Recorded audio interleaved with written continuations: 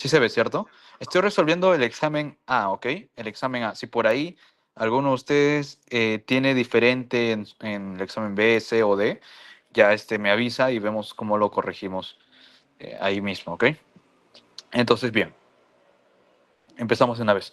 Dice la pregunta 1, en relación al tema de causalidad en epidemiología, si así tomamos en cuenta los postulados de Henle-Koch, indique él o los criterios de causalidad de Hill que se evidencian de manera directa en estos postulados. ¿Se acuerdan que vimos una pregunta igual, bueno, no igualita ya, pero sí hablamos de esto y justo me acuerdo claramente que les mencioné, les dije, si es que les hablan de postulados de Henle-Koch, ¿ok? Lo que ustedes tienen que pensar es dos medidas de causalidad que se abordan de forma directa, incluso hasta tres, ¿ok? Que es la temporalidad, la evidencia experimental y también la especificidad, ¿ok? Son los tres que durante los cuatro postulados de Henle-Koch más o menos se mantiene y de forma directa se menciona. Claro, de forma indirecta también podemos un poco entrar a suponer que o inducir que habla de un tip, de otra medida, de otro criterio de causalidad, pero directamente son estos: temporalidad, evidencia experimental y especificidad. Entonces, la única que cumple aquí.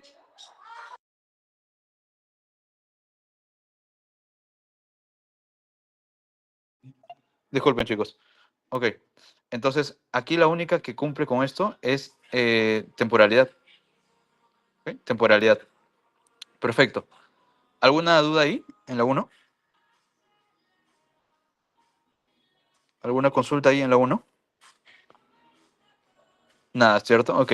Ya, en la pregunta número 2 dice, es o son diseños de investigación en los cuales es posible calcular de manera directa la densidad de incidencia para la enfermedad bajo estudio. La densidad de incidencia, chicos, pertenece al grupo de incidencias, ¿ok? La incidencia. Y la incidencia como tal, ¿qué requiere? La incidencia como tal, ¿se acuerdan que mencionamos? Requiere varias cositas, ¿no? Una de ellas es que haya seguimiento. Requiere población en riesgo. Y para que haya población en riesgo, ¿qué requiere? Medición basal. Necesitas que tu población que vas a seguir haya tenido una medición al inicio donde se haya descartado que tienen la enfermedad para que así tengan el riesgo de tenerla.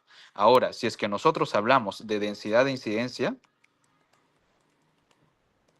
no sale de estos requisitos, pero además podemos añadir que generalmente es adecuado usarlo en enfermedades o eventos recurrentes. Creo que por ahí más adelante van a tener una pregunta de densidad de incidencia. Entonces, si bien no vimos un ejercicio donde se calculaba, les expliqué cómo se podía calcular. ¿Ok? Bien, entonces, densidad de incidencia en eventos recurrentes y para incidencia requieres esto. A ver, si requieres esto, seguimiento de frente, no son estudios transversales, son estudios longitudinales en el tiempo. Entonces, descartado los transversales. Descartado los transversales. Ahora, dentro de otros tipos de estudios tenemos a los cohortes, que junto con los casos y controles son analíticos, pero los cohortes sí tienen seguimiento. En cambio, los casos y controles... Tú escoges, preguntas sobre su antecedente y ya está. ¿Ok? Los casos y controles no tienen seguimiento. Y la serie de casos es un estudio descriptivo, pues, ¿no? No es un estudio observacional, analítico, ¿ok? Es más una descripción, entonces tampoco entra en esto. Ninguno de estos diseños. ¿Dónde sí se puede calcular? En los cohortes. ¿Qué otro estudio hace seguimiento? ¿Se acuerdan que hablamos de eso? Otro estudio que hace seguimiento son los experimentales, ¿ok? Entonces, bien, no es posible en ninguno de esos tres. ¿Alguna duda ahí en la 2? Ninguna, ¿no? Perfecto. La pregunta número 3 dice, para investigar la asociación entre la exposición ocupacional a derivados a benceno y la anemia plástica se seleccionaron 80 casos, ok, de esta patología. Entonces, básicamente lo que tenemos es, ahora voy a leer de nuevo, la asociación entre la exposición ocupacional a derivados de benceno y la anemia plástica. Entonces, casos, controles. ¿Ok? Bueno, acá vamos a poner, así vamos a poner acá los controles, acá los casos.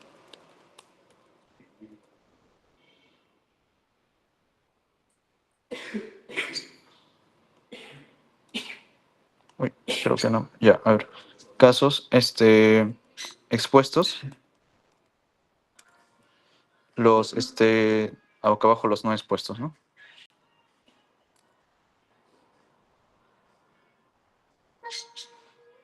Un ratito. Termino acá de graficar esto. Ya.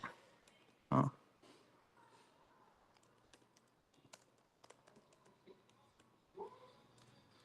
Listo. Ok. Entonces, ¿qué es lo que tenemos? Nos dice que tenemos, por otro lado, se seleccionaron 80 casos de esta patología. Ya, pues. Acá abajo los casos.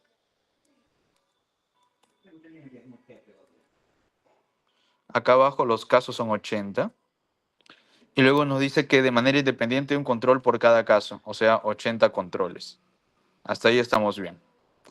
Ujú. A todos los participantes de la investigación se les aplica un cuestionario validado que recoge con adecuada exactitud y precisión los antecedentes laborales, entre ellos los relacionados a la exposición a benceno, entre los casos de anemia plástica. Ok. 11 presentaron el antecedente de exposición laboral al benceno y entre los controles 7. Entre los casos 11 y entre los casos hay 11 y entre los controles, ajá, y entre los controles 7. Ya, listo. Entonces ya tenemos.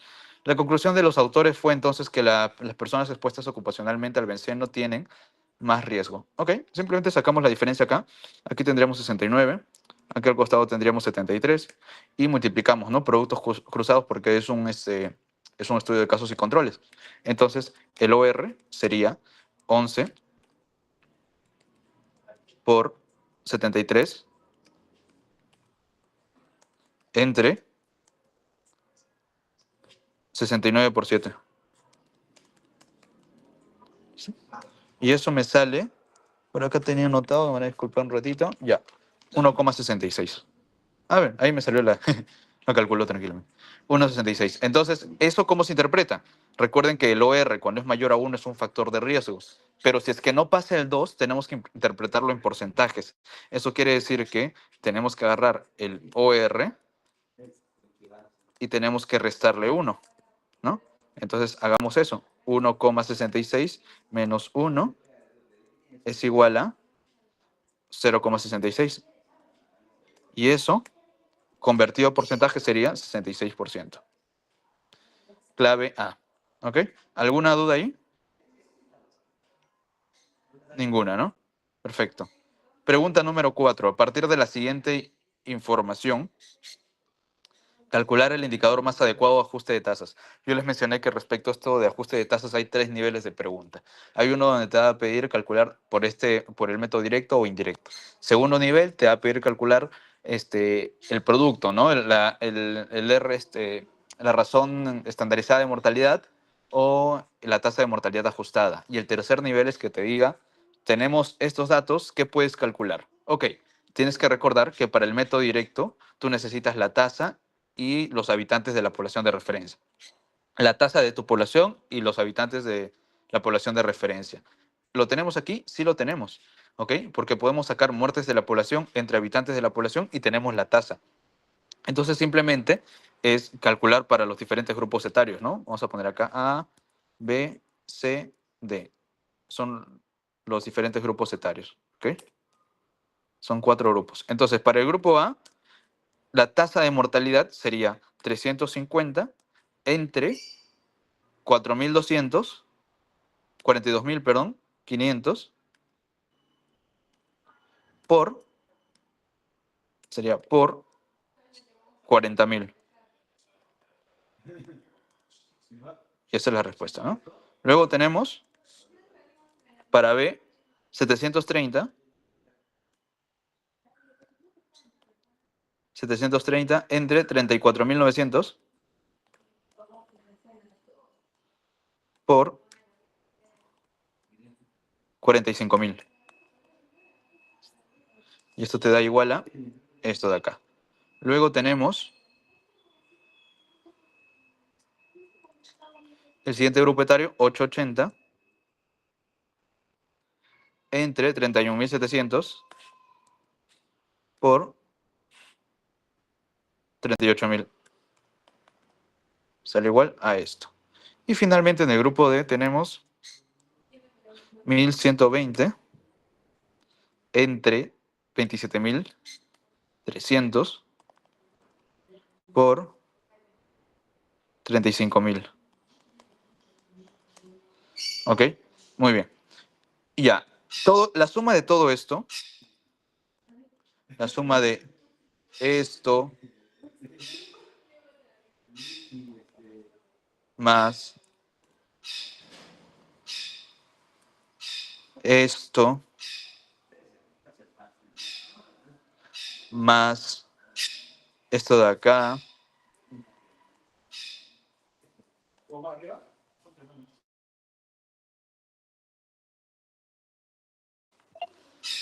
más esto de acá, te sale esto de aquí, ¿no? Bueno, ojalá que esté bien. Ya, y eso tenemos que dividirlo nosotros. O sea, tenemos que agarrar esto de acá, que son las muertes esperadas en total, ¿ok? Y con las muertes esperadas en total, podemos sacar la tasa de mortalidad estandarizada, que es el producto, ¿no? Del método directo. Entonces, esto nos sale esto, entre las muertes esperadas, que es lo que acabamos de calcular, entre la población de referencia, que sería 158.000, te sale 0,023. Como es una tasa de mortalidad, se suele multiplicar por 1000. Entonces tenemos que multiplicarlo por 1000. Y nos sale 23,8, respuesta redondeando 24. ¿Ok? ¿Alguna duda ahí?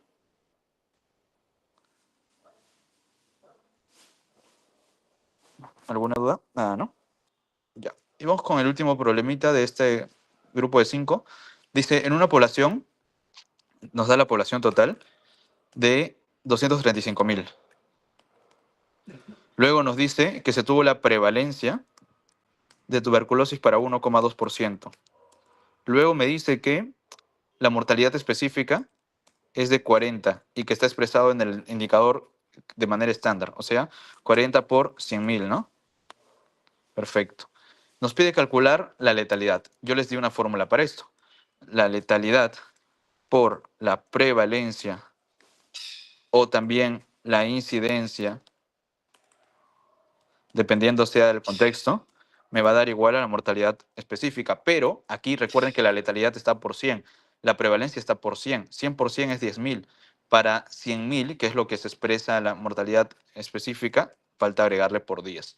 Entonces simplemente hacemos eso. Agarramos la letalidad que nos da, no, eso es lo que nos pide, letalidad, va a ser igual a la mortalidad específica. El 10 que está aquí lo pasamos a dividir, sería 4. Y luego la prevalencia lo pasamos a dividir, sería 4 entre, aquí voy a poner, sería 4 entre 1,2, ¿no? Bueno, no me dio, a ver, 4 entre 1,2. Ahí está, 3,33. Respuesta, la C, 3%. Y ya está. Las 5 preguntas ya hemos avanzado. ¿Alguna duda hasta ahí? ¿Alguna consulta? ¿Todo bien, no, chicos? A ver, ya. Entonces, para seguir, te doy pase, Paola, para que puedas continuar con la sesión. Nos quedan, bueno, no me dice cuánto tiempo me queda. En caso, Paola, se llegue a terminar la reunión, creamos otra, ¿sí? Pero no creo que se acabe en este tiempo. Ya. Te doy pase, Pau. Ya, ok. Gracias, Víctor. Bueno, chicos, voy a proceder a compartir para desarrollar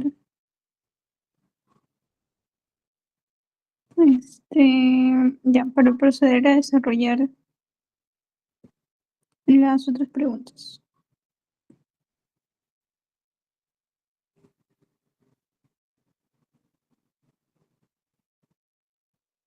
Ya. Ya, vamos a desarrollar las preguntas de la 6 a la número 10, ¿ya? En primer lugar tenemos a la pregunta 6. que te decía, para el siguiente problema de investigación, en el marco de un preexperimento, ya, en un preexperimento, y te dicen acá, ¿no? O sea, ¿qué requirió o qué se hizo en ese trabajo? Y dice que la aplicación de acupuntura en pacientes con artrosis de rodilla disminuye el nivel de dolor, ¿no? Y te pregunta el mejor modelo para la pregunta pico.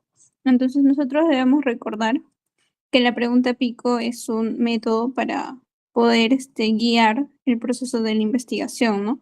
Y especialmente la búsqueda bibliográfica.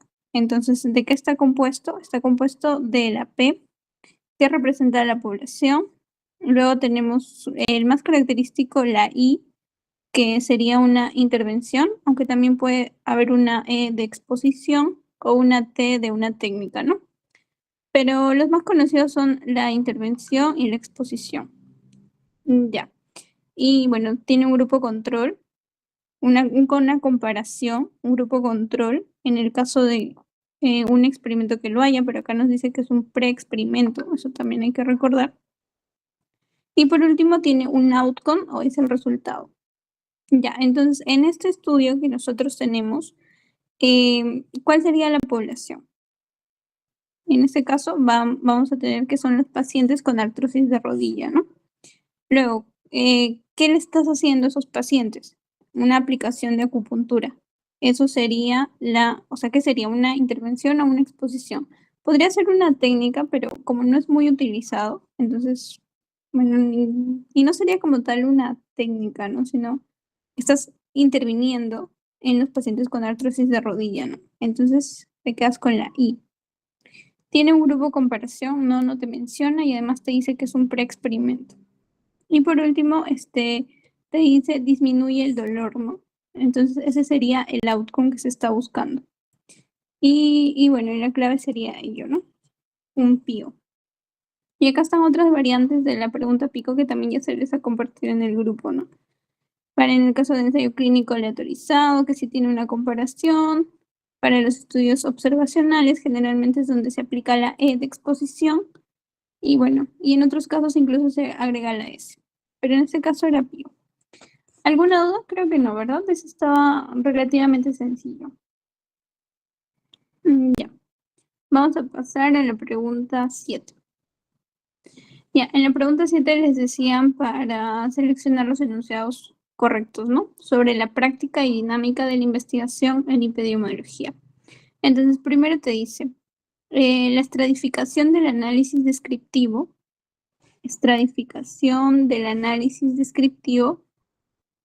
permite la formulación de hipótesis analíticas. Entonces, nosotros tenemos que el análisis descriptivo, como su nombre lo dice, busca describir tanto frecuencia, prevalencia, en general, ¿no? De cualquier fenómeno que estés observando. Y la estratificación es una técnica para que como que subclasifiques a este fenómeno que estás describiendo, ¿no? Puede ser por edad, por sexo, por lugar de procedencia. Y la estratificación lo que permite es que tú hagas o veas patrones y a partir de esos patrones puedas hacer la formulación de hipótesis, ¿no? Así que este enunciado es verdadero. Ya, el segundo que te dice, la investigación epidemiológica te está delimitando muy bien, te va a escribir la investigación epidemiológica. Corresponde al estudio de las respuestas, y acá te dice estudio de las respuestas a los problemas de salud en un nivel poblacional. Entonces, para eso tú necesitas recordar la tablita de acá. Entonces, en esta tablita eh, te, te indica los tipos de investigación, ¿no? Y por ejemplo, acá tienes a la investigación epidemiológica. Y ¿dónde está? O sea, ¿cuál es su objeto de análisis de la investigación epidemiológica? Las condiciones, ¿no? No estudia las respuestas, como te dice el enunciado. ¿Estudia las respuestas? No estudia las respuestas, sino que estudia las condiciones. Y esas condiciones son la frecuencia, distribución y determinantes, ¿no? Esas son las condiciones. pero sí el nivel de análisis de la investigación epidemiológica es nivel poblacional. Entonces, esa parte sí está correcta, pero esto de las respuestas no. En ese caso, el estudio de las respuestas está a cargo de la investigación en sistemas de salud, ¿no? Que es diferente. Entonces, bueno, recordando esta tablita, sacaban estos. Entonces, eso está mal. Y por último, dice que para lograr la finalidad de la epidemiología, que es la prevención y control, es necesario contar con investigaciones etiológicas de la enfermedad. Y no es necesario. Simplemente nosotros podemos establecer una asociación y a partir de ello, sin tener el agente etiológico preciso, determinado, comenzar a implementar políticas de prevención y control para evitar la enfermedad, ¿no? Entonces ese también estaba incorrecto. ¿Y cuál sería la clave? Solo uno, ¿verdad? Ya. ¿Hay alguna duda? Cualquier duda que tengan, lo escriben por el chat, levantan su manito, abren su micro, lo que quieran. Ya. Pasamos a la siguiente. Ya. Dice, usted desea conocer la gravedad de una enfermedad. Para ello, entonces, busca información sobre. Ya. Entonces, las medidas que deben recordar qué es lo que buscan, ¿no? O sea, por ejemplo, las más conocidas, la prevalencia. La prevalencia que es el número o bueno, la frecuencia en sí de una enfermedad en un determinado momento en el total de la población, lo que te indica es la magnitud de esa enfermedad. La incidencia, que es el número de casos nuevos sobre los que están propensos a tener esa enfermedad, o sea, como están propensos a tener sobre los que tienen enfermedad, te evalúa riesgo, ¿no? El riesgo de que tú te enfermes, de que pases de no enfermo a enfermo. Y el que te evalúa gravedad es la tasa de letalidad, ¿no? O también el fatality ratio, o como lo expuso en este caso, el case fatality ratio. Y ese, ¿qué es, no? Este se calcula con el número de muertos, o bueno, fallecimientos por una enfermedad sobre el total de enfermos. O sea, ¿qué te está indicando, no? Que del total de personas con la enfermedad, ¿cuántas van a morir? Entonces, es el riesgo o la probabilidad de que tú pases de ser una persona enferma a fallecer, ¿no? Entonces, ¿eso qué indica? Gravedad. El principal indicador. El Standard Mortality Ratio es prácticamente la tasa ajustada de mortalidad, que puede ser ajustada por edad, por sexo. Y acá les dice Age Standardized Mortality Ratio, ¿no? Que sería lo mismo también, un ajuste de tasa. Entonces, estos, lo que te sirven o para lo que te sirven es más que nada para hacer una comparación de la distribución de una enfermedad en poblaciones, ¿no? O sea, tú ajustas como que factores que puedan influir en la mortalidad para comparar verdaderamente cómo es la frecuencia o la distribución de la mortalidad, pero no estás evaluando el riesgo de que muera o la gravedad de la enfermedad. Entonces, por eso la clave sería solo 2. Ya. Ya. Siguiente, si es que no tienen dudas, si no, me avisan. Ya. En este te dice que la incidencia de una enfermedad, en la pregunta 9, la incidencia de una enfermedad es 5 veces mayor en hombres que en mujeres. Sin embargo, no hay diferencia en la prevalencia de dicha enfermedad, según el sexo. La explicación de este hallazgo es o se debe a que, entonces nosotros tenemos que acá recordar una formulita que es cómo se determina la prevalencia a partir de la incidencia, ¿no? Y tenemos que la prevalencia es igual a la incidencia por la duración de la enfermedad. Entonces, en este caso, nos están diciendo que no hay diferencias en la prevalencia, ¿no? O sea, prevalencia de hombre es igual a la prevalencia en mujer. ¿ya? Entonces, la misma P, ¿ya? Y cada uno por la incidencia de la enfermedad en hombres, por la duración de la enfermedad en hombres, y la otra P, incidencia en mujeres, por la duración de la enfermedad en mujeres. Te está diciendo que la incidencia en varones es 5 veces la incidencia en mujeres, ¿no? O sea, es más alta. Pero si la P es igual y es 5 veces mayor, o sea, tú tendrías algo como que reemplazando, ¿no? Vas a tener que la incidencia, o 5 veces la incidencia en la mujer por la duración de la enfermedad en el hombre, va a ser igual a la incidencia en la mujer por la duración de la enfermedad en la mujer, ¿no? Algo así. Entonces, porque las dos son iguales, son la misma P. Entonces, ¿qué te hace darte cuenta esto?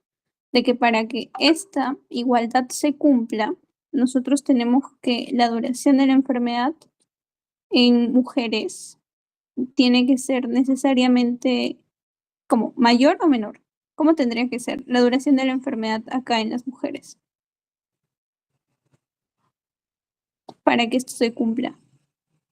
Si tenemos que la incidencia de la enfermedad en los hombres es 5 veces mayor, necesitamos que esta duración sea mayor, ¿no? Sea elevada. Entonces, ¿qué condiciones hacen que la duración de la enfermedad dure más, ¿no? O como que la duración de la enfermedad sea más larga. Y tenemos, a ver, la tasa de mortalidad es mayor entre las mujeres. O sea, si esto fuera verdadero, la, la duración de la enfermedad disminuiría, ¿no? Porque tiene una alta tasa de mortalidad. Entonces no puede ser, porque nosotros necesitamos cosas que hagan que aumente la duración de la enfermedad. La enfermedad es menos agresiva entre las mujeres. ¿Eso qué va a hacer? Que vivan más tiempo, ¿no? Que dure más la enfermedad. Entonces, sí. Las mujeres son mayores que los hombres cuando se les diagnostica la enfermedad. Ustedes saben que por probabilidad o por riesgo, una persona mayor, o sea, es más probable que viva menos, ¿no? Entonces, esto también más bien disminuiría la duración de la enfermedad. Tampoco, ¿no? Nos quedamos solamente con 2 en la clave D. Y ya. Y por último pasamos a un ejercicio que sí era de cálculo. Y nos dice que, a ver cómo voy con el tiempo. Ya, vamos bien todavía. Ya, dice, en un estudio seleccionaron a 60 pacientes con cáncer de colon, 120 pacientes sin esta neoplasia, ¿no? Y se les va a interrogar sobre su antecedente de consumo de fibra. ¿Esto a qué te hace acordar? A un estudio de casos y controles, ¿no? Porque se están seleccionando casos, controles y se está yendo al pasado para preguntar por un antecedente. Entre los pacientes sin cáncer de colon, el 60% refirió consumo de una dieta rica en fibra, mientras que entre los pacientes con cáncer de colon, este antecedente tuvo una frecuencia relativa de 25% menos, ¿no? Ya, yo siento que cuando llegaron a esta parte ya volaron, ¿no? Como que hasta antes de eso, todo bien, todo tranqui. Ya. Em, vamos a ir primero, vamos a calcular primero la frecuencia relativa 25% menor, ¿ya? ¿Qué significa esto? Nosotros tenemos que la frecuencia relativa es porcentaje, ¿no? Porque la frecuencia absoluta son números totales. La frecuencia relativa es bueno, acuérdense eso, ¿no? Que frecuencia absoluta es números y frecuencia relativa es porcentajes. O sea, por ejemplo, si tú tienes un salón de 100 estudiantes y 60 son hombres y 40 son mujeres, la frecuencia absoluta va a ser 60 y 40 números. Pero si te piden la frecuencia relativa, es 60 y 40%, ¿no? En porcentajes. Ya. Entonces, ya. Acá te está diciendo que tuvo una frecuencia relativa 25% menor.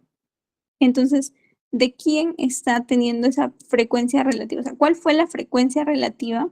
Ya, vamos a hacer la tablita. Bien. Ya, esto sí, ¿no? O sea, ustedes construyen su tablita. Ya, acá vamos a tener bueno, la enfermedad y acá vamos a tener la exposición. Ya, te estoy diciendo que la enfermedad es con cáncer de colon y no cáncer de colon. Y la exposición es consumo de fibra y no consumo de fibra. Ya. ¿Cuántos pacientes tenemos con cáncer de colon? 60 y no cáncer de colon 120.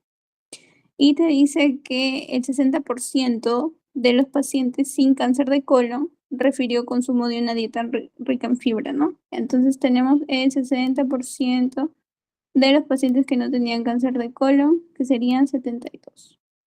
Ya. Entonces, la frecuencia relativa de estos pacientes que consumían fibra es 60%.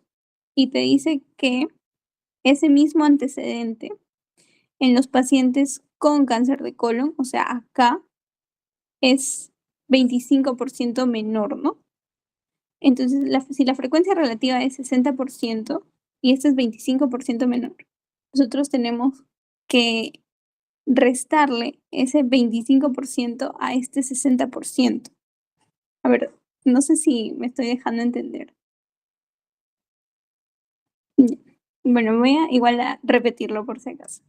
Nosotros tenemos que la frecuencia relativa en los pacientes que no tienen cáncer de colon es del 60%. Y te está diciendo que los pacientes que tienen cáncer de colon es 25% menor. Entonces tú le vas a quitar 25% a ese 60%.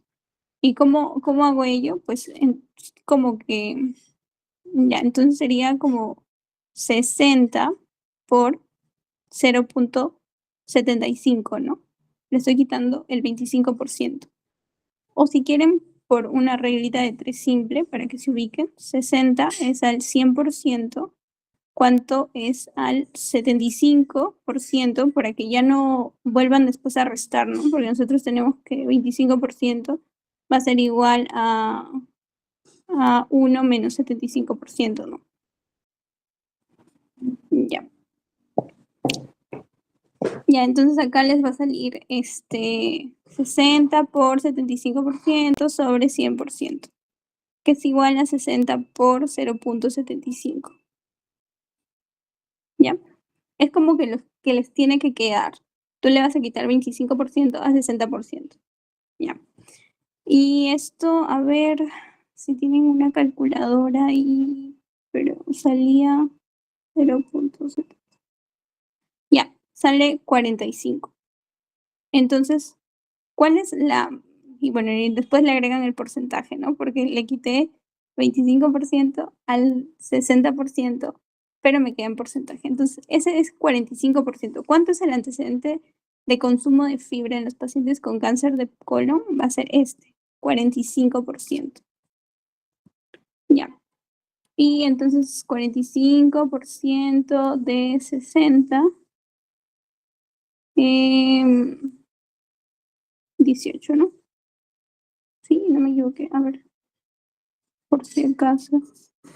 45% de 60. No, 27 ya. Multiplicado mal, ya. Y ahora sí podemos completar la tablita, ¿no? De forma sencilla. Completamos, acá sería 33, acá lo que le falta sería 48. Ya, esta es la tablita, ya la tienen completa y ahora lo más fácil, ¿no? Según el cálculo, calcular la medida de fuerza de asociación más adecuada. Y como es un estudio de casos y controles, nosotros calculamos un odds ratio que es, ya lo saben, A por D por B por C, ¿no? En este caso sería 33 por 72, no, 27 por 48 sobre 33 por 72. Ya, y les va a salir 0.545 y el infinito, ¿no? Y la respuesta sería la E. Ya, chicos, este era el más complicado. No sé si me dejé entender con lo de la frecuencia relativa menor. Es cierto que al inicio estaba para pensarlo y quizás les pudo haber tomado más tiempo, pero bueno, si es que les vuelve a venir en el los próximos exámenes ya van a saber cómo hacerlo de forma más rápida, ¿no? Sin pensarlo tanto. Entonces, bueno, no sé. ¿Alguien tiene alguna duda? O si no, ya le daría el pase a Claudia para que continúe con el resto de ejercicios.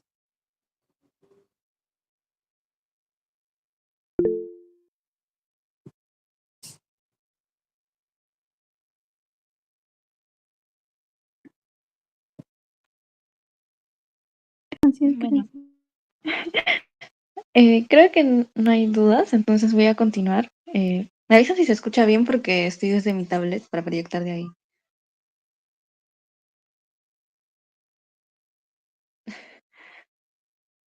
Víctor, suéltame. Ah, ya, gracias, Pirangeli. Ya, ahorita voy a proyectar un momento.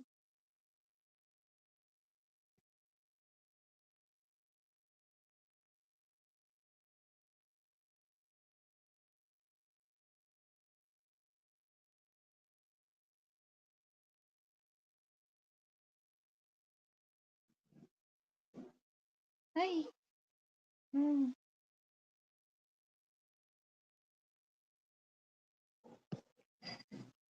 Ya, me parece que ya se está viendo mi pantalla. Entonces vamos a iniciar ahora con las siguientes 5 preguntas. La primera nos dice, respecto al modelo de causa suficiente y causas componentes, ¿es correcto afirmar? Entonces, primero tenemos, para controlar una enfermedad se debe controlar al menos el 80% de los factores componentes. Y bueno, vamos a leerlo todas mejor. La segunda, según este modelo, siempre debe estar presente un factor necesario en cada una de las causas suficientes posibles. Y la tercera, si en una población se presentan todas las causas suficientes posibles para una enfermedad, el número de enfermos en esa población será también el máximo posible. Ya. Entonces, en la primera, algo que debemos rescatar es que dice al menos el 80%, ¿no? Y esto en realidad no es parte del modelo. Entonces, en la primera, lo que sí nos dice el modelo es que si eliminamos un factor componente de los suficientes, o sea, un factor componente del factor suficiente, vamos a lograr eliminar la enfermedad, o bueno, prevenir la enfermedad.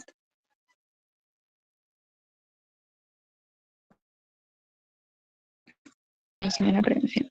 Pero no nos dice tal cual un porcentaje, ¿no? Sino que al menos eliminando a un factor componente de estos suficientes es que vamos a poder prevenir la enfermedad. Ahora, en el 2, creo que quedan 15 minutos, voy a tratar de... O Víctor me avisa si es que cambiamos de link. Ya bueno. En el 2, según este modelo, siempre debe estar presente un factor necesario en cada una de las causas suficientes posibles. Y bueno, en este caso, lo que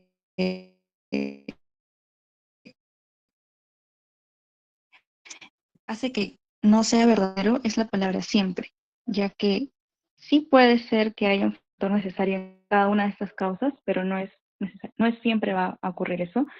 Eh, Nosotros, bueno, acá la causa necesaria sí la vamos a definir, ¿no? Como la que está presente en todas las causas suficientes posibles. Y acá, bueno, un ejemplo sería el bacilo de Koch, ¿no? O todas las enfermedades infecciosas en realidad podrían entrar en esto, para el TB en este caso, pero no todas las enfermedades van a ser infecciosas, entonces por ende no, no todos van a tener ese tipo de causas necesarias, al menos en este modelo. Entonces por eso acá también va a ser falso. Y la tercera que dice, si en una población se presentan todas las causas suficientes posibles para una enfermedad, el número de enfermos en esa población será también el máximo posible. Y para este caso, vamos a primero hacer unos pequeños diagramas que nos sirvan de ejemplo. Bueno, uno de estos circulitos que ustedes han visto en la clase. Voy a tratar de hacerlo rapidito. Ya. Donde acá vamos a poner cualquier letra ya.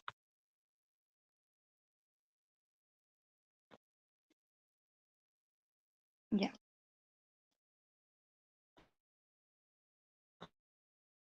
Y acá decimos que, por ejemplo, este primer cuadro suficiente va a generar el 25% de casos. El segundo genera el 45% y el tercero el 30%. Entonces, con esto tenemos la sumatoria, ¿no? El 100%. Entonces, si nosotros tuviéramos una población en la que está la causa A, la E, la D, la H, la G y la J, ¿qué va a hacer? Que tenemos todo para la causa suficiente 1, para la causa suficiente 2 y para la causa suficiente 3. Entonces sí llegaríamos al máximo posible, ¿no? Si nos falta, por ejemplo, ya el factor D, bueno, no cumpliríamos esto, ¿no? Pero en este caso, si es que tenemos todas las causas suficientes posibles, en la población sí vamos a lograr conseguir la máxima cantidad de enfermos. Entonces, esta sí va a ser verdadera.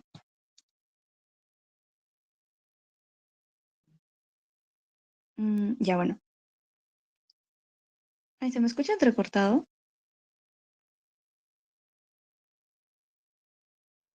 Intermitentemente. Ah, a ver, voy a intentar cambiar de... O sea, voy a tratar de hablar desde mi laptop. Deme un ratito.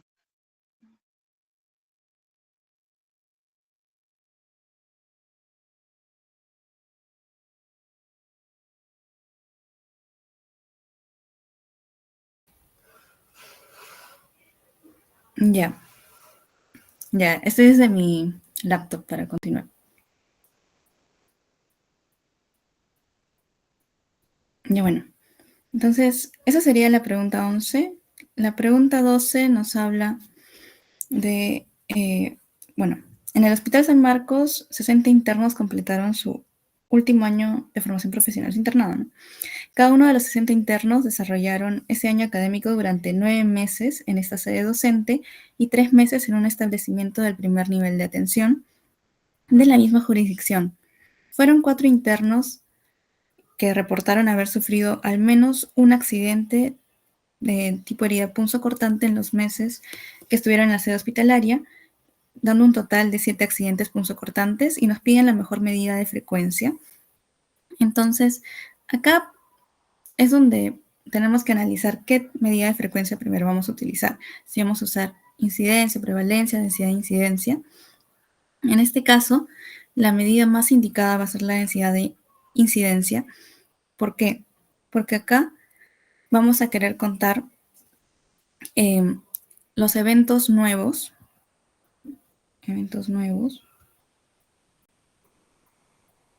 porque también tenemos el tiempo exacto de exposición, que son 9 meses, y porque el evento en sí se puede repetir, porque vemos que son 4 internos, pero son 7 accidentes, ¿verdad? Entonces, esto es lo que nos indica un poco mejor que debemos utilizar la densidad de incidencia. Si nosotros quisiéramos usar la incidencia acumulada, esto nos contaría más bien las personas que han tenido el accidente al menos una vez, pero no nos contaría el total de accidentes. Y la prevalencia tampoco sería lo indicado, ya que contaría los accidentes en algún momento dado, pero no cuándo ni cuántas veces ocurrió. Entonces, tomando esto en cuenta, vamos a calcular la densidad de incidencia. Y bueno, primero tenemos que calcular, o bueno, recordar un poco de la fórmula, ¿no? Para la densidad de incidencia. A ver.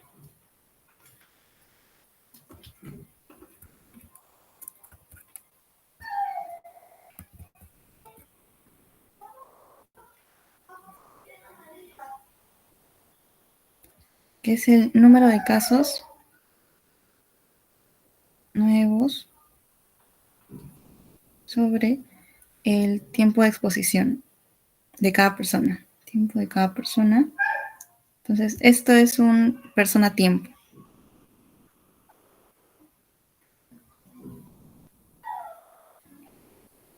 Y bueno, esto es por 1000 en este caso. Ya. Entonces, aquí primero calculamos persona tiempo, ¿no? Son 60 internos por 9 meses. Entonces, tenemos 540 meses. Persona mes. Y los casos nuevos van a ser 7. Entonces, 7 sobre 540 por 1000. Y esto nos va a dar 12.96 accidentes o heridas punzocortantes por 1000 personas mes. Pero el tema es que aquí lo que nos indica es que el indicador está expresado de manera habitual. Entonces, la manera habitual va a ser persona año. Persona año. Entonces, tenemos que pasarlo, ¿no? A persona año. Entonces, aquí lo que vamos a hacer es pasar este 540 a año. Entonces, 540 entre 12 meses, ¿no? Para pasarlo a mes. Y esto nos da, a ver, un ratito para el cálculo. Nos da 45. Entonces, 7 sobre 45 por 1000. Y esto nos va a dar 155.5. Y bueno, tenemos que redondearlo y nos va a dar 156. Y esa sería la pregunta 12. Vamos a cambiar de link ahora, así que les paso el link por el grupo de WhatsApp. ¿Ok?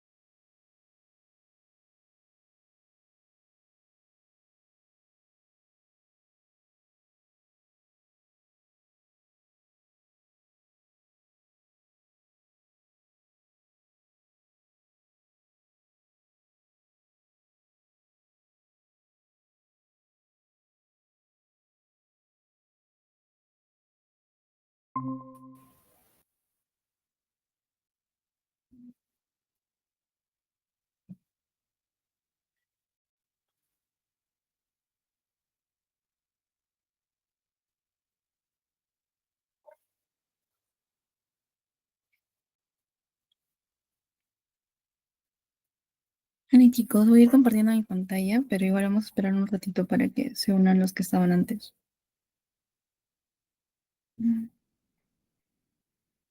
Aquí estamos.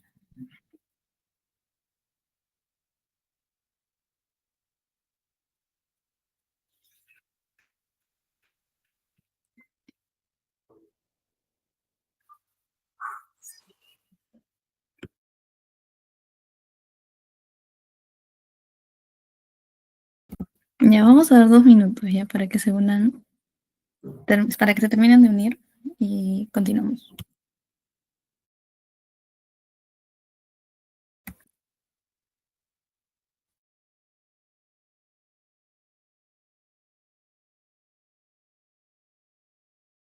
Mejor un minuto, jeje.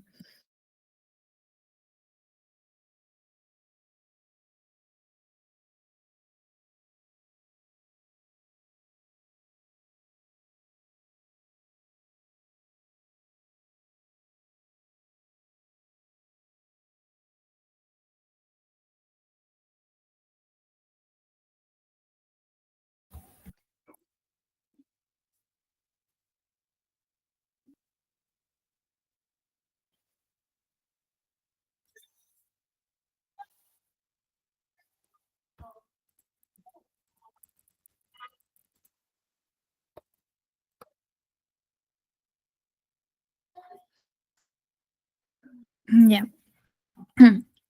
Para no alargarlo mucho, vamos a continuar con la pregunta 13. Esta pregunta, al final, el doctor consideró dos claves, según tenemos entendido. Entonces, voy a leer. Las estadísticas sanitarias de un país señalan que la mortalidad específica por enfermedades infecciosas es de 40 sobre 100.000, 40 en 100.000 niños menores de 5 años, mientras que en la población entre 40 y 59 años, la mortalidad proporcional por enfermedades infecciosas es del 20 sobre 100.000 o 20 en 100.000. Respecto a la asociación entre enfermedad infecciosa y edad, podemos afirmar, bueno, acá nos dan varios enunciados, ¿no? Eh, Acá primero vamos a hacer el análisis de la pregunta en sí, porque acá nos dan dos indicadores de mortalidad. Nos da la mortalidad específica y la mortalidad proporcional. Por lo que nosotros, si queremos calcular una asociación o ver una asociación, en realidad no lo podríamos hacer, ya que no estamos en la misma tasa y los datos que nos dan tampoco se prestan para que podamos calcularlo, ¿no? Porque la mortalidad específica va a ser el número de muertos por enfermedad sobre la población con, bueno, su medida. Y en el caso de la mortalidad proporcional va a ser el número de muertos por la enfermedad sobre las muertes totales. Entonces, si tratáramos de hacer algún tipo de intercambio en datos, en realidad nos faltaría información para hacerlo. Lo que sí es que, bueno, si quisiéramos hacer la asociación, podemos utilizar un riesgo relativo, pero esto es cuando la tasa que tenemos va a ser la misma, para empezar, y eso se puede usar, por ejemplo, cuando es por mortalidad específica. O sea, si las dos que tuviéramos fueran mortalidad específica, sí podríamos utilizarlo, porque va a ser una especie de incidencia. Entonces, el riesgo relativo sí se podría calcular si fuera mortalidad específica en ambos y tendríamos mortalidad específica de expuestos sobre mortalidad específica de no expuestos, ¿no? Siendo acá la exposición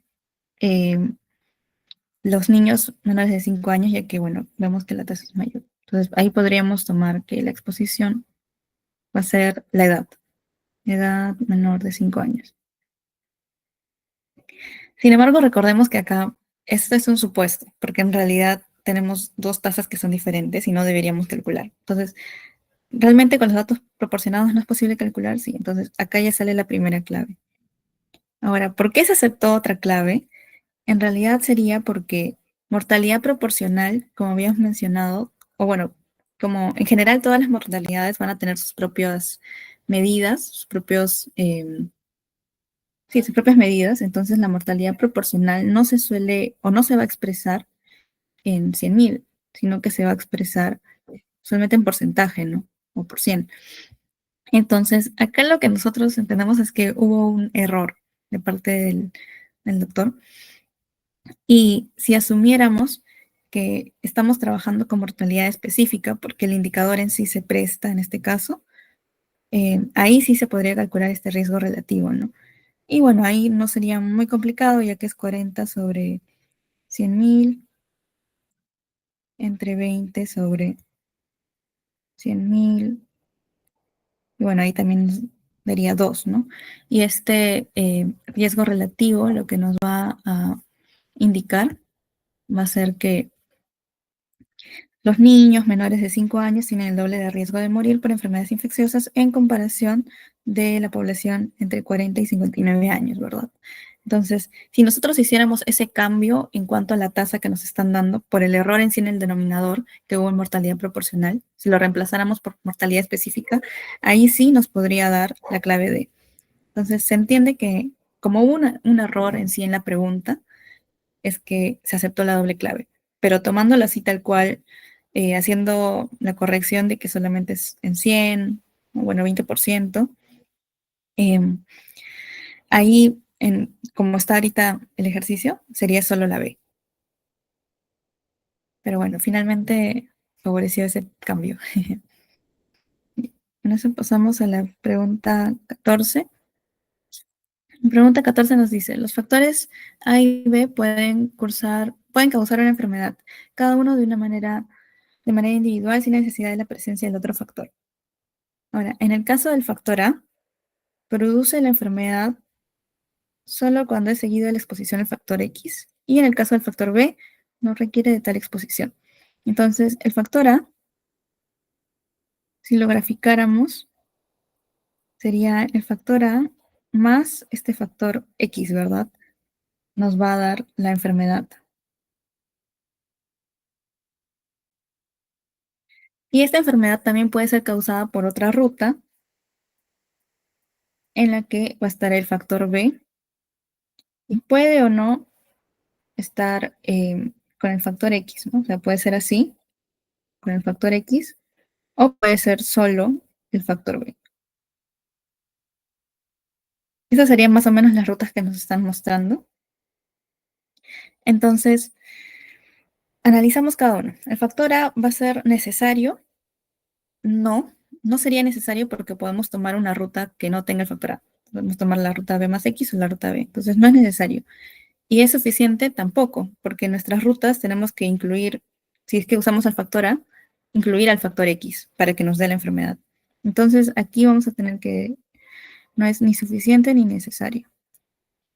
Ahora, con respecto al factor B, este va a ser necesario tampoco, igualmente como en el caso anterior, porque podemos tomar la ruta A más X, ¿verdad? Entonces, no va a ser suficiente. No va a ser necesario, pero suficiente, sí es suficiente porque hay dos rutas que incluyen al B y en una de ellas no necesita el factor X. Entonces, sí podría ser suficiente. Entonces, la clave que nos da es suficiente, pero no necesario, ¿no? Entonces, la que cumple es la C. Y por último, la pregunta 15. Ya. Respecto a los gráficos acíclicos dirigidos, podemos afirmar: 1. Un nodo saturado es aquel que representa a dos o más factores de riesgo o protección. 2. Una limitación de estos gráficos es que no puede representar factores intermedios en la relación entre exposición y enfermedad sujeta a investigación. Y 3. La dirección del arco de flecha nos permite establecer si el factor analizado es de protección o de riesgo. Acá en realidad ninguna es correcta. Vamos a explicar por qué. En la 1, en sí, bueno, nodo saturado tal cual no. Los gráficos saturados, estos van a ser en los que más bien están todas las flechas posibles. Todas las flechas posibles entre nodo y nodo. Tomando en cuenta que un nodo no puede ser, digamos, la causa de sí mismo, y por ende también hay un enunciado que se colocó en su teoría que es: el futuro no puede causar el pasado. Entonces, si digamos A causó a B, luego no podemos decir que B causó a A en este caso.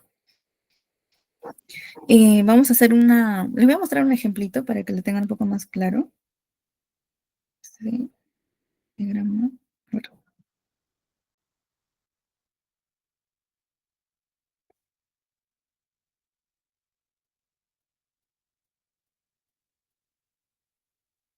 Ya. Acá tenemos un DAG que sería saturado porque tenemos todas las flechas posibles con las restricciones que en sí considera que sea acíclico. Donde, por ejemplo, para llegar al D, puede ser de A a D, de A a CD, ABCD o ABD. Igualmente, si evaluamos, ¿no?, entre las otras vías, también vamos a tener esta consideración de que sí se han generado todas las flechas posibles, pero que no estamos volviéndolo un ciclo. Entonces, en realidad la 1 sería falso. La 2, una limitación de los DAG es que no puede representar factores intermedios, y de hecho esto es falso, ya que sí se presentan estos factores intermedios. Por ejemplo, si dijéramos para el D, el B y C serían intermedios, ¿no? Y se les van a llamar mediadores. Y de hecho esto va a ser un punto fuerte de los DAG, que precisamente nos pueden mostrar este tipo de factores intermedios, inclusive algunos confusores, si es que vemos otros ejemplos un poco más elaborados. Entonces la 2 también va a ser falsa. Y la 3, que dice que la flecha en sí nos puede indicar si es de protección o de riesgo. Y acá es importante mencionar que la 3 solamente nos va a denotar que existe una relación causal y la dirección hacia cuál, ¿no? Por ejemplo, si tomamos el A y B, nos dice que hay una relación causal y nos dice que es de A a B, pero no nos está diciendo si es positiva o negativa, o sea, el signo, no nos dice la magnitud, no nos dice la forma, si es que va a ser lineal o no, y tampoco nos dice si el modelo, si es que es paramétrico o no. Solamente nos dice que hay esta relación. Entonces, esta también va a ser falsa. Y con eso, bueno, tenemos que todas son falsas y nos daría la clave. Y eso sería todas estas 5 preguntas. Si tienen alguna pregunta, la pueden dejar por el chat o levantan su manito. Si no, ya pasamos con Frank. Ok, sí, tienen tiempo para preguntar algunas cositas finales a Claudia. Y si no, ya para terminar la sesión. Ah, mira, tienes una pregunta. Ya, a ver, por favor, Claudia, ¿podrías repetirla? ¿Por qué la una es falsa? Porque en sí no nos dice, o sea, dice no saturado es aquel que representa 2 o más factores de riesgo o protección y el concepto está errado, ¿no? Acá los DAG saturados son los que en realidad nos van a mostrar qué tanto o cómo están relacionados en sí todos estos nodos, generando todas las vías posibles para el resultado. No es tal cual riesgo, o sea, 2 o más factores de riesgo de protección. Y en sí también está mal porque no sería un nodo saturado, sino el diagrama, el gráfico saturado.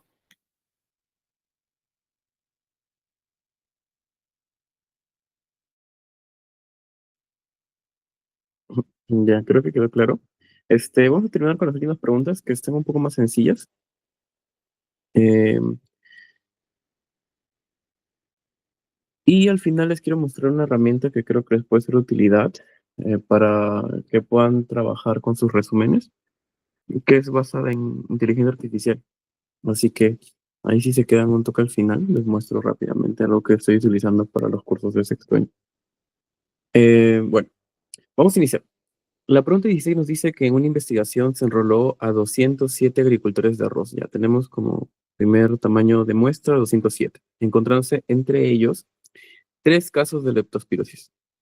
Los autores reportaron que este hallazgo tiene una prevalencia de 1.45, ok, y que el intervalo de confianza al 95% está entre 0.30 a 4.18. Como pueden ver, y espero que lo hayan tal vez notado al momento de revisar otra vez las preguntas, este no es un intervalo de confianza normal. La mayoría de los intervalos de confianza que nos brindan, el dato principal suele estar al medio del límite inferior y del límite superior. Pero en este caso está más pegado al límite inferior. Eso nos da indicios de que este intervalo de confianza puede ser asimétrico. ¿Ok? Y es que esas cosas tenemos que determinar porque las preguntas o los enunciados que nos ponen para saber si es que es correcto o no, implican algo de eso. Vamos a leer el primer enunciado. Nos dicen que para el cálculo del intervalo de confianza del 95% se ha utilizado la distribución estándar normal, Z. Yo creo que ya han llevado estadística, sé que no con Guti, entonces él supone que ustedes ya saben sobre esto, es más ligado a bioestadística. Entonces, no sé si ustedes recuerdan cómo es que determinar si usar Z o no. Si es que lo saben, me lo pueden decir, si no, de frente podemos continuar, porque sí sería bueno que le den una repasada a esos temas cada vez más frecuentes que vayan a ser preguntados por el doctor, ¿no? Entonces, suponiendo que no saben, ¿cómo determinar si es que esto fue utilizado con Z, ¿no? Hay que cumplir 2 supuestos. El primero es que N es grande, que NP y que N por 1 menos P también son suficientemente grandes. Este es primer supuesto, consta de 2 partes, y si es que cumpliéramos con esto, pasaríamos al siguiente supuesto diciendo que la distribución de P es normal y simétrica. Si cumplieran estos 2 supuestos, podríamos utilizar Z. En este caso, podríamos utilizar Z. Si es que no saben cuál es la fórmula Z, la pueden googlear. Creo que la tengo por acá, más tarde se las enseño, pero Pero es esta típica de, que es más o menos así, ¿no? P más o menos esto de Z, y acá tienes como una raíz cuadrada, creo que es la desviación estándar y así, ¿no? Entonces, algo así era. En fin, vamos a seguir demostrando si es que se utilizó Z o no en esta pregunta. ¿N qué es? N ya lo tenemos, es 207, nuestro tamaño de muestra. ¿Cuál es P? P es la proporción. En este caso, una proporción que está escrita en el enunciado de nuestra prevalencia. Entonces, 3 sobre 207 efectivamente es 0.0145 aproximadamente, ¿no? Entonces, sí,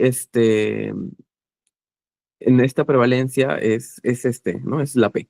Entonces, ya sabiendo cuál es N, cuál es P, vamos a determinar, pues, el supuesto número 1. N es grande. ¿Cuándo decimos que N sería grande? N es grande cuando este va a ser mayor. Uy, un ratito, ya. Mayor aproximadamente de 30. Si cumple, entonces podríamos decir que N es grande por lo menos para iniciar a hacer el uso estadístico de Z. Y N por P tiene que ser mayor o igual a 5, así como N por 1 menos P tiene que ser mayor o igual a 5. Cumple, vamos a ver, 207 por 0.0145, que esto es P, recuerden, esto es P. ¿Cuánto es? Esto es aproximadamente 3. Entonces, no cumple. ¿Y cuánto es N por 1 menos P? A ver, 207 por 1 menos P. Esto sería más o menos, creo que 204. A ver, 1 menos 0.0145 por 207. Sí, como 204 más o menos.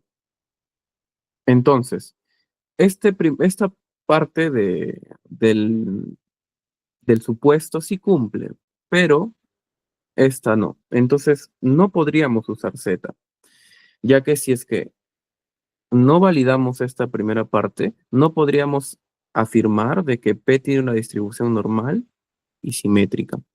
¿Ok? Si es que si cumpliera todo, nosotros podríamos decir que P es normal y simétrico, salvo sea muy cercano a 0 y 1. Yo sé que esto puede ser un poco complicado, ahorita lo voy a volver a recapitular muy brevemente, pero es que así nosotros determinamos si es que para el intervalo de confianza lo hallamos a través del cálculo de Z, ¿no? Usando el cálculo de Z. Ok, nuevamente, rápido, necesitamos saber si cumplen dos supuestos. N debe ser grande y también N por P y N por 1 menos P también tienen que ser lo suficientemente grandes. ¿Cómo lo determino? Si es que N es mayor aproximadamente de 30, otros autores dicen 50, y si N y P multiplicados son mayor a 5, otros autores dicen 10, y N por 1 menos P es mayor o igual a 5, otros autores también dicen 10, ¿no? Entonces, está viendo esto, podríamos usar P. Como no cumple, tendríamos que utilizar otros estadísticos asimétricos, porque estaríamos demostrando que nuestra distribución no es asimétrica. ¿Y dónde estarían estos estadísticos? Serían algunos como los de Clopper-Pearson o los de Wilson. Explicarles cómo se utilizan estos estadísticos creo que estaría de más, no lo van a poder hacer ni aunque tuvieran una calculadora y todo el tiempo del mundo, en realidad es mucho más complejo. Pero es bueno que lo sepan, ¿no? Si ustedes me preguntan, oye, Fran, ¿y podría usar la T de student en vez de Z? Porque si es que recuerdo o hago memoria de mis clases de bioestadística, también recuerdo que a veces no utilizaba esa tabla de Z grande, ¿no? Sino también podía utilizar la tabla de T. Y yo te diría que sí podrías utilizarlo con dos condiciones, de que nuevamente la distribución sea normal y simétrica, para mediana, para datos donde estés buscando no hallar una proporción como acá, sino la media, perdón, y y donde no conozcas la desviación estándar, ¿no? Que el signo es de sigma, más o menos. Recuerden que el t-student se utiliza cuando no conoces la desviación estándar. Ok. Bueno, quédense con los supuestos, por lo menos para esta pregunta. Entonces, esto es falso. No se utilizó Z, se utilizó probablemente el método de Klopper-Pearson, que es el más común. Entonces, si la segunda alternativa o el segundo enunciado nos dicen, en este caso, los autores no han cometido un error al haber presentado un intervalo de confianza simétrico, es que está bien, esto es correcto, porque no han cometido un error, más bien han seguido el protocolo de presentar su intervalo de confianza de manera simétrica, porque la distribución de la proporción es asimétrica. Entonces, esto es correcto. Y si me preguntan si el resultado no es estadísticamente significativo, pues ustedes saben y tienen que se quede en su memoria de que si el intervalo de confianza no incluye el 0 dentro, pues está bien, sí es estadísticamente significativo, así que esto sería falso, ¿no? Algunos, el año pasado, cuando con tantos números y letras podías llegar a confundirte y no te acordabas si es que el 0.30, el 0.01 estaba delante o detrás del 0, solo ponle un mayor ahí al costado del 0 y fíjate, esto es mayor que esto, y si es que te das cuenta que sí, pues fácilmente puedes determinarlo, ¿no? Para que no utilices mucho tu cerebro si es que estás cansado. Entonces la respuesta es la B. Si es que hay una pregunta aquí, me la dicen, me la escriben, o si quieres que repita algo también. ¿Ok? Vamos a continuar. Para la 17, esto ya es un poco más tranquilo, de acá para abajo. Nos piden señalar el término que mejor.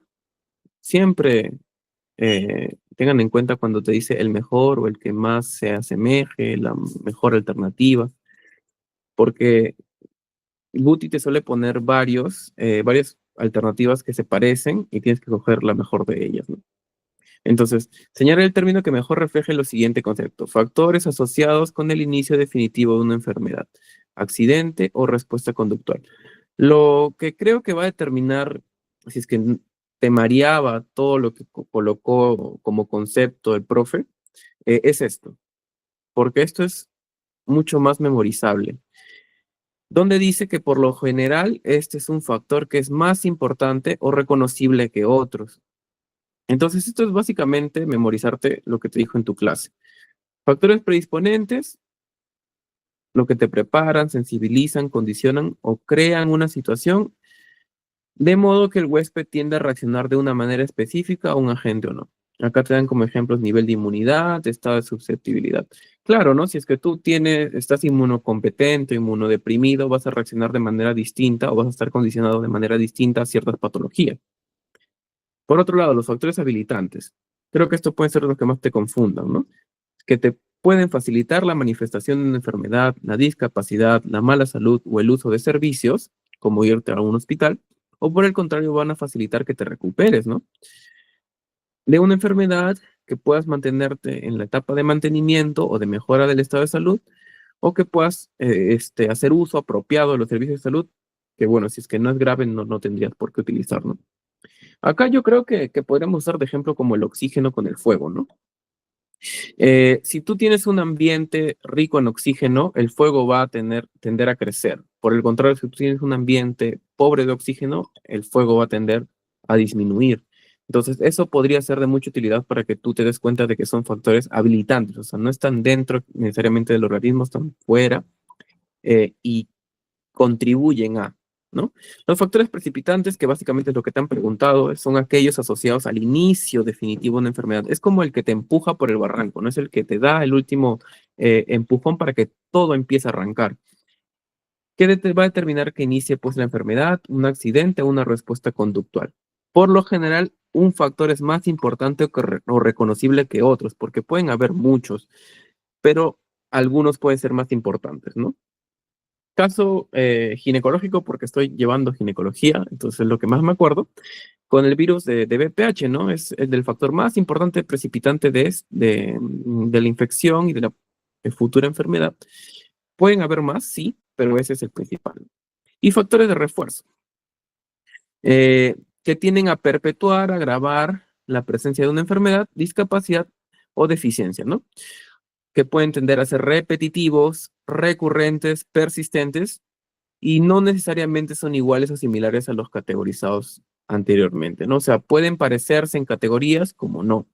¿Por qué? Porque pueden haber factores de refuerzos, no sé si también recuerdan su clase de determinantes sociales en distintas escalas, ¿no? Tanto individuales, la persona, comunitarios, cuando hay más personas, ¿no? Hay factores de refuerzo que pueden contribuir a ciertas enfermedades como el aislamiento comunitario, o políticas que evitan que tú puedas mejorar, como por ejemplo que haya una política de salud que evite que el medicamento llegue a ti.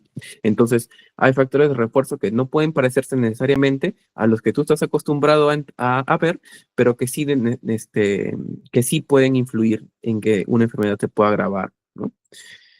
Como puede ser que esto no te haya bastado, acá también tenemos un ejemplito. A ver, ¿no te pinto? Acá está, ya, apareció. Con una tabla, ¿no? Predisponente, entonces, que te crea la vulnerabilidad. Que tú tengas historial familiar de hipertensión te crea una vulnerabilidad, entonces vas a estar más predispuesto a ciertas patologías. Un factor habilitante también te puede facilitar o dificultar el curso de la enfermedad. Ya lo vimos un poquito más arriba. Y, por ejemplo, el vivir en una zona con mala calidad de aire puede hacer que tu enfermedad eh, pueda agravar, pueda empezar, ¿no? ¿Cómo lo sería en el caso del ejemplo del precipitante, ¿no? Que es el quien desencadena el evento. Por ejemplo, SARS-CoV-2. Que tú tengas una historia familiar de hipertensión puede predisponerte a la infección de SARS-CoV-2 y que peor aún que se agrave. Ah, vivir en una zona con mala calidad de aire también te puede llevar a que tengas más posibilidades de infectarte y de padecer la enfermedad. Y factores de refuerzo que mantienen o agravan, ¿no? Como el sedentarismo que prolonga la obesidad, que es nuevamente un factor de riesgo para que tu infección pueda ser mucho más grave, ¿no? O se perpetúe. Ya, Roquito, mi perrito quiere salir, ya voy a acabar con esto para que pueda llevarlo. Entonces la clave es la C. La clave es la C. Ya, continuamos. Si es que voy muy rápido también me avisan, pero creo que esto es un poco más sencillo para ustedes porque ya es más de teoría, ¿no? Y bueno, la parte de la pregunta 18. Te dicen, la tasa de mortalidad de la enfermedad X la tasa de mortalidad de la enfermedad X en la ciudad A es de 75 sobre 100.000 en personas de 65 a 69 años. La tasa de mortalidad por la misma enfermedad en la ciudad B, o sea, la enfermedad X, es de 150 sobre 100.000 en personas de 65 a 69 años. La conclusión es que la enfermedad X es 2 veces más frecuente en las personas de 65 a más años en la ciudad B que en las personas de igual edad en la ciudad A. O sea, frecuencia y mortalidad. Si se ponen a pensar, esto no se puede comparar así nomás. Y creo que estaba al ojo esta pregunta, porque creo que sin darle muchas más vueltas, la respuesta correcta es la B. Pero a ver por qué se hubieran podido confundir. Correcta no es, como les digo, no puedes comparar estos dos estadísticos así nomás. Tú no puedes comparar la frecuencia de una enfermedad con cuántas muertes ocasiona en una población. O sea, no puedes, es como si tú sumaras manzanas más plátanos, ¿no? Es algo que no es posible. Si es que tú dices que es incorrecta por no ajustar por diferencias en la distribución por edades, esto, los datos que nos dan acá es mortalidad específica. ¿Quiénes ajustan por edades? Las mortalidades generales. Entonces, no son los datos que nos dan, no es lo que están buscando que marquemos, no es lo que están buscando que entendamos, así que tampoco era esa clave. Incorrecta por no distinguir entre prevalencia puntual y de periodo. Ustedes tienen ya ciertas definiciones en sus teorías. Prevalencia, ¿qué te dice que es? El número de casos de una condición presente en un tiempo específico sobre el número de personas de la población, multiplicado por la cantidad de personas o la cantidad de dígitos con lo cual tú quieras plasmarlo en tu informe, ¿no? Bueno, entonces es prevalencia. ¿Y qué es prevalencia puntual y de periodo? Puntual es que tú agarras un instante del tiempo y ves cuántos casos de esta enfermedad hay, en este caso, que es el mismo el de su teoría, hay 3 casos de la enfermedad y lo divido entre el número de personas que hay en ese momento, pues, ¿no? Entonces, 3 entre 250, que es mi población, me sale esta prevalencia puntual.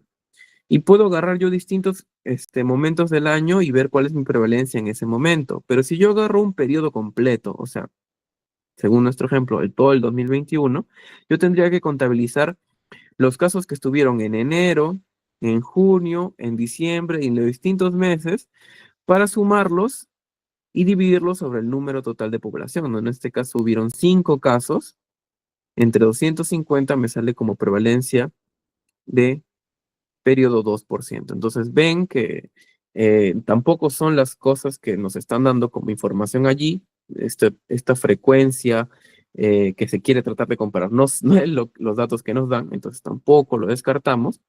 Y si fuera incorrecta porque utiliza una proporción cuando necesita una tasa para apoyar la conclusión, la tasa de mortalidad es una tasa, no es una proporción. ¿Cuál es una proporción?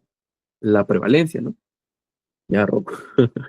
Entonces, definitivamente es la B. No habría otra alternativa posible. ¿Ok? Para la 19, incidencia acumulada. Acá es creo que un poco más sencillo incluso para ustedes. Vayamos descartando, ¿no? El sistema de vigilancia epidemiológica de una red de salud endémica nos dicen, entonces quiere decir que es muy usual tener reportes de la enfermedad. ¿Cuál es la enfermedad? Malaria en esa red, en ese establecimiento, y que a través de su sistema de vigilancia epidemiológica reporten los casos de malaria. Entonces ellos dicen que han reportado durante las primeras 36 semanas 28 casos nuevos. Ya, poquito. 28 casos nuevos de malaria en su jurisdicción. ¿Cuál es la medida más adecuada para describir epidemiológicamente este suceso? A ver, la respuesta es incidencia acumulada, pero ¿por qué? Primero, prevalencia para describir casos nuevos en un periodo de tiempo. No, prevalencia puntual, casos nuevos, no. Prevalencia se van, porque ustedes saben que según su teoría, quienes miden casos nuevos son las incidencias. Entonces, tenemos incidencia acumulada, tasa de ataque y densidad de incidencia. Los tres son incidencias, ¿no? Porque la tasa de ataque es una incidencia acumulada específica en brotes y epidemias.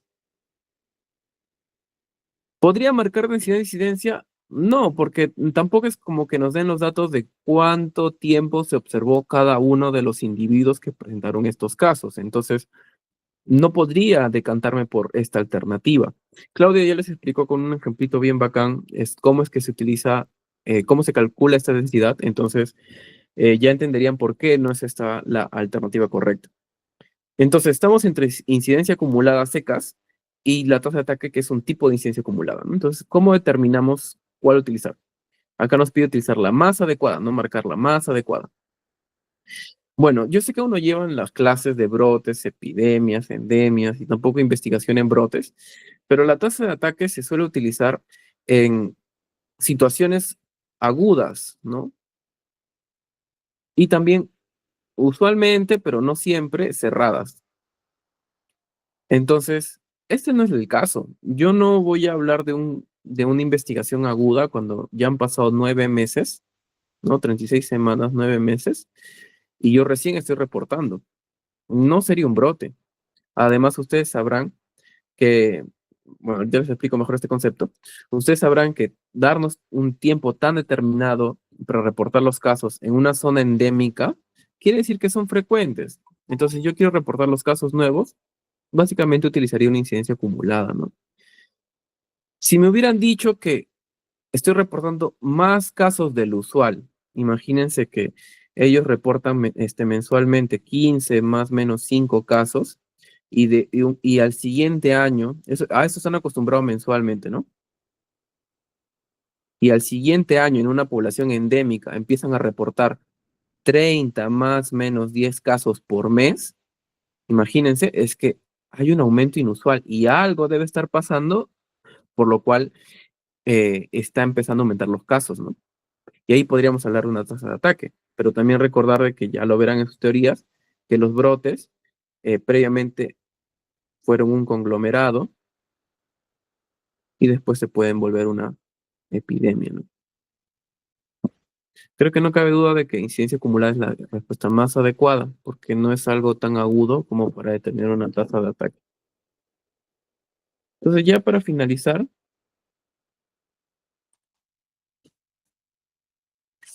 la 20. Respecto a las medidas que permiten describir la propagación de las enfermedades en una población, señalar cuál de las siguientes afirmaciones son correctas. Si usted desea saber la probabilidad que tiene un varón de 60 años, fumador y con sobrepeso de presentar un evento coronario en los próximos 12 meses, y el indicador más adecuado para responder a esta inquietud es la incidencia acumulada. Claro, claro que sí. ¿Por qué? Porque la incidencia acumulada, ¿qué era? Son los casos nuevos sobre las personas en riesgo de padecer la enfermedad. Recuerda que a la incidencia acumulada también se le conoce como riesgo absoluto. ¿Ok? Entonces, si acá me dicen que hay un varón que tiene riesgo de padecer una enfermedad, porque mira, tiene fumador, sobrepeso, y riesgo de que padezca la enfermedad, que sería un evento coronario, la incidencia acumulada nos serviría muchísimo para determinar su probabilidad de que pueda tener un evento coronario. Todo eso es correcto. ¿Ok? En el cálculo de la tasa de ataque secundario, el denominador está conformado por la totalidad de la población en donde se ha producido el brote en investigación.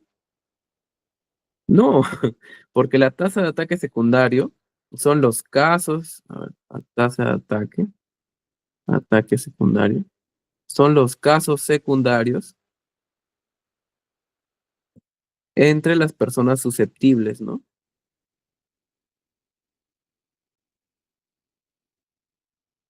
Yo me acuerdo muchísimo del ejemplo de las casitas, ¿no?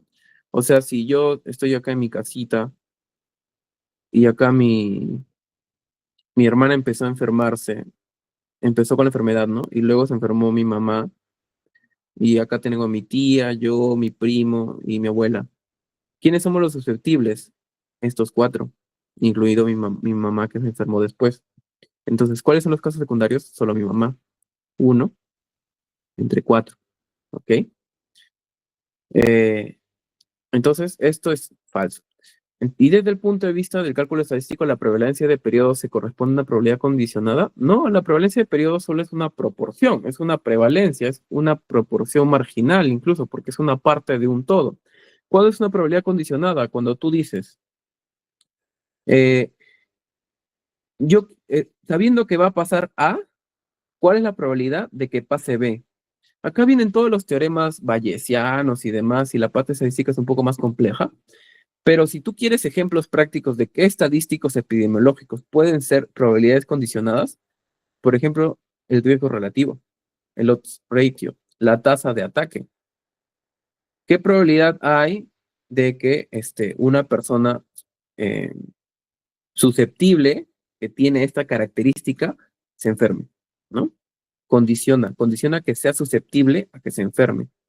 Así que esos son como ejemplos, pero la prevalencia, que es una proporción, una parte de un todo, no, esto es falso y por lo tanto la respuesta correcta es la D. ¿Ok?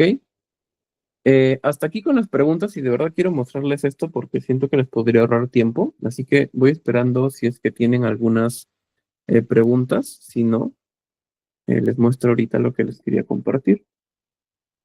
Me parece que no, espero que hayan entendido. Entonces les voy a compartir esto. Chicos, miren, a mí me ha gustado esto, lo descubrí de un amigo ya doctor. Deben conocerlo, es el doctor Letón. Él siempre haciendo descubrimiento de muchos, o contribuyendo mucho a la educación y a las nuevas herramientas en salud, ¿no? Todo el furor de Anki que nació en San Fernando fue gracias al doctor Letón. En fin, acá les presento, uy, ¿dónde está? Acá les presento el, esta herramienta que se llama, a ver, vamos acá, Notebook LM. Ok, es gratuito, ustedes lo... A ver, vamos a compartir esa parte. Ya acá. Notebook LM. Es gratuito, es de Google, es como una IA donde tú le pones tus recursos, tus PDFs y todo, y tú puedes hablar con la IA referente a lo que le has subido. Obviamente, lo más lógico que te viene a la mente es subirlo en PDF y preguntarle cosas sobre el PDF, sí. Pero como nos recomendó el doctor usarlo y lo he estado usando, por ejemplo, le subí todos mis resúmenes de gerencia, ¿no? Y le dije, hazme un examen de 50 preguntas en base a las 7 fuentes, señálame las respuestas correctas al final, y me hizo un examen, ¿no? Y al final me puso las respuestas correctas. Entonces, si es que yo quiero y sé que en mi examen me viene preguntas dateras de las diapositivas de los docentes y he hecho mis resúmenes, para no estar leyéndolo, pues me baso en esto, ¿no? Hago esto, la IA lo analiza por ti y solo te va a hacer preguntas referente a lo que le has subido y incluso te va a poner en base a qué fuente, a qué PDF, en mi caso, a qué teoría me lo está designando, ¿no? Así que se lo recomiendo, chequéenlo. Eh, Pueden ustedes incluso tener conversaciones con esta IA, o sea, como si fueran un podcast, pueden responderte preguntas haciéndote simulación de podcast. Tú puedes incluso hablar con ellos de manera en tiempo real y te puede hacer de grabadas. Si es que tú subes una de grabada, te puede hacer el resumen de la de grabada. Perdón, de un audio, ¿no? De un audio que ustedes graben en su clase. Te lo dejo allí. Yo creo que si es que suben sus apuntes de Notion, pueden hacerse preguntas y ponerse allí a repasar. No creo que sea el reemplazo total a seguir estudiando, pero bueno, se los dejo allí, ¿no? En fin, eso sería todo por nuestra parte. Si es que no hay más preguntas, chicos, los animamos a conectarse al siguiente repaso que me parece va a ser de Sebastián. Así que eso, sin más, chicos, buenas noches y pasen una buena Semana Santa. Chao, chicos, cuídense.